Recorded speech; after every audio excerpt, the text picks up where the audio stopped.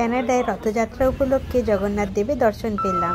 Hello everyone and welcome back to my channel. আজকে আমি আপনাদের সঙ্গে ইস্কন স্কারবোরোর রথযাত্রা ব্লগটা শেয়ার করছি। কানাডাতে আজ বেশ রোদ ঝলমলের দিন, আর মনি ঘুম থেকে উঠে এখন ব্রাশ করছে। মনি এখন নিজেই ব্রাশ করতে শিখে গেছে, আর ও যতক্ষণে ব্রাশ করছি আমি এদিকে চাটা বসিয়ে দিয়েছি। আর আজকে ভাবছি একটু স্যান্ডউইচ বানাবো, আর এদিকে মনির জন্য চকলেট কেক করেছি।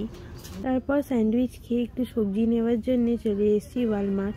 বাড়িতে সবজি প্রায় শেষের দিকে, আর এখানে বেশ ভালোই টাটকা সবজি পাওয়া যায়। ফ্রুটসের মধ্যে আজকে কলা নিয়েছি, আর তারপর মনির জন্য চকলেট নিয়ে বাড়ি ফিরলাম। মনি স্নান করে নতুন ড্রেস পরে একদম রেডি হয়ে গেছে, আর আমরা যাচ্ছি ইস্কনের রথযাত্রা দেখতে। বাই বাই যাবার নাম শুনলে কত খুশি হয়ে যায় দেখুন। আর আমরাও একদম রেডি হয়ে গেছি। আমরা বাড়িতে লাঞ্চ করিনি, ওখানে গিয়ে একেবারে জগন্নাথ দেবের দর্শন করে তারপরে ভোগ প্রসাদ খাবো। আর আমরা চলে এসেছি বাস স্টেশন, আর এখানে আমরা বাসের নাম্বারটা একটু দেখে নিচ্ছি। আর একদম বাসের জন্য বেশিক্ষণ ওয়েট করতে হয়নি, বাসটা দাঁড়িয়েই ছিল। আর মনির বাসে উঠে এক মুখ হাসি। আমরা মিল্কেন পার্ক চলে এসেছি, আর এখানে পার্কটা দেখুন কি সুন্দর গ্রিনারি রয়েছে। আর ওই দিকটায় হচ্ছে পার্কিং এরিয়া, গাড়ি নিয়ে আসলে এখানে গাড়িটা পার্ক করে দিতে পারবেন। আর এখানে একটা কমিউনিটি সেন্টার আছে, আমরা প্রথমে ওখানেই যাব। আর কমিউনিটি সেন্টারের সামনেটা খুব সুন্দর ফুল গাছ দিয়ে সাজানো রয়েছে, চলুন ভেতরটা আপনাদের দেখাই। আর এটা হলো Milken park community and recreation centre. আমি অ্যাড্রেসটা এই ভিডিও ডেসক্রিপশন বক্সে দিয়ে দেবো, ওখান থেকে আপনারা দেখে নিতে পারবেন। অলিয়ন আছে, যেটা হচ্ছে বাচ্চাদের প্লে সেন্টার, বাচ্চারা এখানে আসলে ভীষণ এনজয় করবে। এরপর মনিকে নিয়ে একটু পার্কে এসেছি। পার্ক মানে এখানে শুধু বাচ্চাদের প্লেগ্রাউন্ড নয়, এই পুরো এরিয়াটাকেই পার্ক বলা হচ্ছে, কারণটার মধ্যে এরকম আরও অনেক কটা পার্ক রয়েছে। আর এই পার্কের মধ্যেই একটা জায়গাতে বাচ্চাদের প্লেগ্রাউন্ডও আছে। সময় পেলে আজকে মনিকে নিয়ে যাব। মনি তো আপাতত এখানেই দৌড়াদৌড়ি করে খুব মজা পাচ্ছে। বেশ অনেকটা এরিয়া জুড়েই পার্কটা রয়েছে, একদিক থেকে আরেক দিকে যেতে অনেকক্ষণ সময় যাবে। আর এখানে দেখুন গার্ডেনে কত সুন্দর ফুলগুলো ফুটেছে। যেতে যেতে দেখলাম অনেকেই এখানে পিকনিকও করছে। আমরা প্রায় চলেই এসেছি, এখানেই রথযাত্রা সেলিব্রেশনটা হচ্ছে।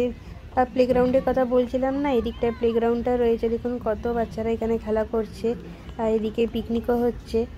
চলুন তাহলে সামনে গিয়ে জগন্নাথ দেবের দর্শন করি। ইস্কন স্কারবোরো থেকে এই রথযাত্রা সেলিব্রেশনটা হচ্ছে। জগন্নাথ দেবের দর্শনের জন্য লোকজনের অনেক লম্বা লাইন হয়েছে। আমরা ফাইনালি যেখানে পুজোটা হচ্ছে ওখানে পৌঁছে গেছি। আর এখানে দেখুন ভারী সুন্দরভাবে সাজানো গোছানো হয়েছে, খুব সুন্দরভাবে নিষ্ঠা সহকারে এখানে পুজোটা করা হচ্ছে। আপনাদেরও একটু দর্শন করাই, কাছের থেকে দেখাচ্ছি আমি আপনাদের। ভীষণ ভালো লাগছে দর্শন করতে পেরে। এই কিছুক্ষণ আগেই এখানে রথযাত্রাটা সম্পূর্ণ হলো। আর এখানে পুজো দেওয়ার জন্য সমস্ত রকম সামগ্রী পাওয়া যাচ্ছে। পুজো দেওয়ার জন্য ফল, মিষ্টি, ফুল এরকম সাজিয়ে রাখা আছে। আমরা ফাইনালি জগন্নাথ দেবের দর্শন করে ভোগ প্রসাদ নেবার জন্য যাচ্ছি। এবার একটু আপনাদের লাইনটা দেখাই, কত লম্বা লাইন পড়েছে দেখুন দর্শনের জন্যে। আমরা ভালো সময়ে দর্শন করে নিয়েছি, এতটা লাইনে দাঁড়াতে হয়নি। আস্তে আস্তে করে লাইনটা বাড়ছে, প্রচুর লোকজন এখানে এসে উপস্থিত হয়েছে। ইস্কন থেকে এখানে কিছু স্টলও দিয়েছে, অনেক রকমের রিলিজিয়াস বুকস, তারপরে দেব দেবীর ফটো ফ্রেম এখানে পাওয়া যাচ্ছে। ঘরে সাজানোর জন্য খুব সুন্দর রাধাকৃষ্ণ মূর্তিও পাওয়া যাচ্ছে। কিছুক্ষণ সময় এই স্টলগুলো ঘুরে দেখছিলাম আমরা। তারপরে এই দিকটা হরে কৃষ্ণ কীর্তন হচ্ছে, আর ডান্স পারফরমেন্সের জন্যে অনেক বাচ্চারা খুব সুন্দর করে ড্রেস করে রেডি হয়েছে।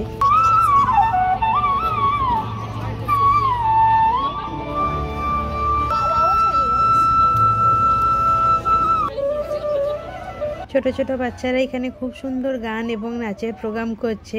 আমরা বেশ কিছুক্ষণ এখানে বসে দেখছিলাম। তারপর 2-4 পা পার্কের মধ্যেই হাঁটাহাঁটি করছি। এবার একটু আপনাদেরকে জগন্নাথ দেবের রথটা দেখাই। আজকে বেশ রোদ ঝলমলের দিন, তবে খুব একটা গরম নেই। বেশি রোদের তাপ থাকলে লাইনে এরকমভাবে দাঁড়াতে সবারই কষ্ট হতো। ভোগ প্রসাদ গ্রহণ করার জন্য সবাই এরকম লাইন দিয়েছে। আমরা কিছুক্ষণ লাইনে দাঁড়িয়ে তারপরে মনিকে নিয়ে প্লেগ্রাউন্ডে চলে গেছিলাম। তবে এখানে খুব বেশিক্ষণ ভোগের জন্য ওয়েট করতে হয়নি। এতক্ষণ দৌড়াদৌড়ি করার পরে মনি একটু টায়ার্ড হয়ে গেছে, তাই যতক্ষণ ওর বাবা লাইনে দাঁড়িয়ে ভোগ নিচ্ছে আমরা এখানে একটু বসে রেস্ট করছি।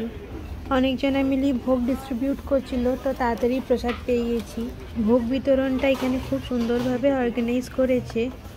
আর আমরা প্রসাদ নিয়ে কাছে শেডের দিকে যাচ্ছি, ওখানে বসে ভোগটা খাবো। মনি এখানে এসে খুব খুশি হয়েছে। চলে এসেছি গাছের শেডে, এখানে গ্রিনারির মধ্যে ঠান্ডায় বসে প্রসাদটা খাবো। মনি তো বসতেই চায় না, ও খালি এদিক ওদিক দৌড়ে বেড়াচ্ছে। তা ওর বাবা ওকে বুঝিয়ে সুঝিয়ে ভোগের কথা বললে এখানে একটুখানি দাঁড় করিয়েছে।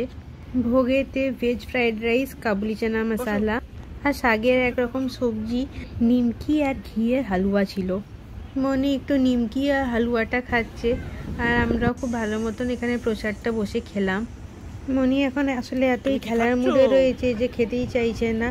এখানে পার্কে গ্রিনারিটা এত সুন্দর যে মনে হচ্ছে যেন পিকনিক করতে এসেছি। আজকে দিনটা বেশ ভালো কাটছে। মনে এখানে আবার দৌড়োদৌড়ি শুরু করেছে, কারণ হচ্ছে ও আইসক্রিম ট্রাক দেখতে পেয়েছে, তো আইসক্রিম খাবে। তো চলে এসেছি আইসক্রিম নিতে। আর এখানে মনিকে জিজ্ঞেস করছি, মনি কোন আইসক্রিমটা খাবি? ও খালি আমাদের আইসক্রিম ট্রাকের দিকে দেখাচ্ছে। তো ওর জন্য চকলেট ভ্যানিলা আইসক্রিমের কোনটা নেওয়া হয়েছে। ও একদম ছোট্ট থেকে আইসক্রিম প্রচণ্ড ভালোবাসে।